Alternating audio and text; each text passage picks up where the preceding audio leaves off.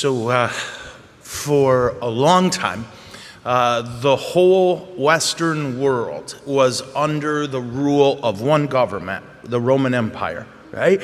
And when you get to sometime around 200 AD, 1 in 4 people who ever would live during that time were under the rule of the Romans. There was one dude, or sometimes 3, who worked together in charge, and then that's where all the laws, all the armies, all the taxes, all the roads came from.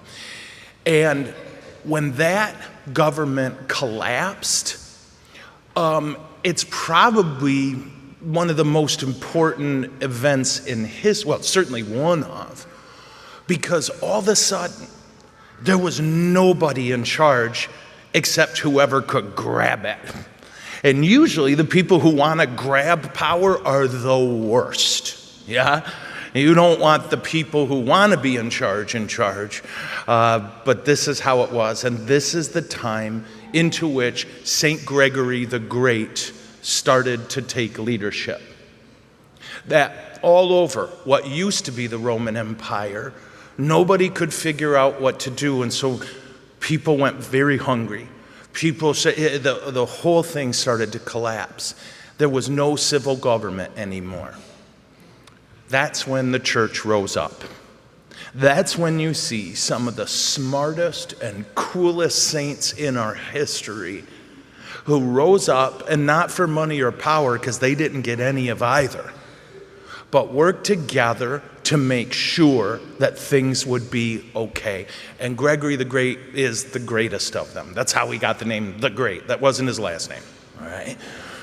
What did he do? Couple things. First of all, he recognized that one of the problems was, well, frankly, sewage. Nobody really understood how the people who built it, they didn't quite get how it worked, and so the system started to collapse. He basically made it so that the people who were living in the city of Rome lived longer than they really had before, for a simple reason. He made the city cleaner, and he made it so that people had clean water, and so that sewage went where it was supposed to go, okay? He also organized the political mess. You're not in charge, you're in charge. He went and he got things established so that when people needed help, they got help. Not only that, but I don't know whether this was his goal or not. And if there's any history freaks here, there's a great book called Thor's Angels about this. But what he recognized, there were all these people they called barbarians.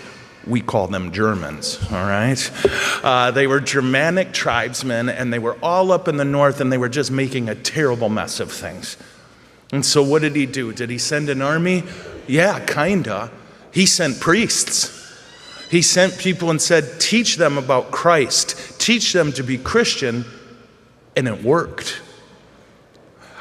In history, the Romans never succeeded in conquering the Germans. They tried.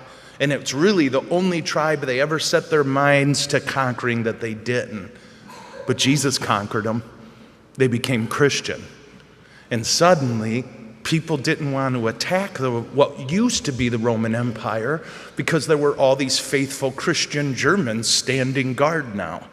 It's an incredible story. It's called Thor's Angels, if you ever get a chance. But beyond that, he did some other things. There were these heresies, and I won't get into it too much. But basically, by the time he was done arguing with people and trying to teach them what was true, literally 6 of what we call the 7 great heresies disappeared. He was so smart in so many ways. Believe it or not, he was a humble man.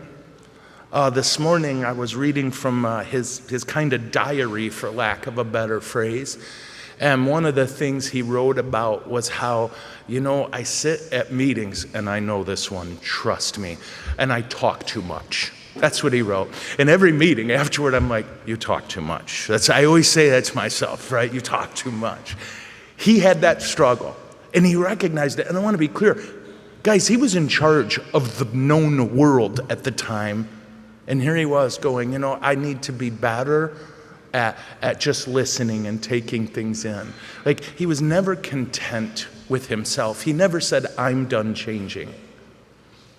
I think there's a lot to say here, but I'll stop now, just because I like this dude, so I could go on and on. But what to me is great about St. Gregory is when everything was a mess, he stepped in and said, let's do this together.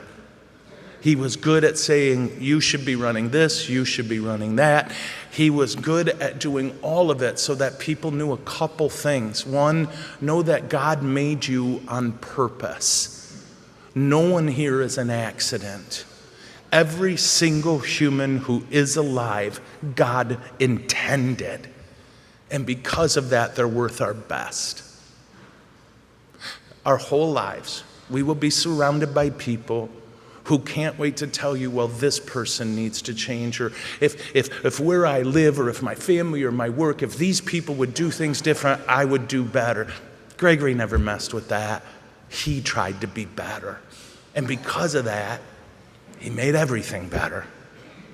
So this is what saints do. So I think it's what we should fight for. And what we can remember is that in the Eucharist, we have everything we need to be the leaders or the followers that Jesus has called us to be. Amen? Amen. All right.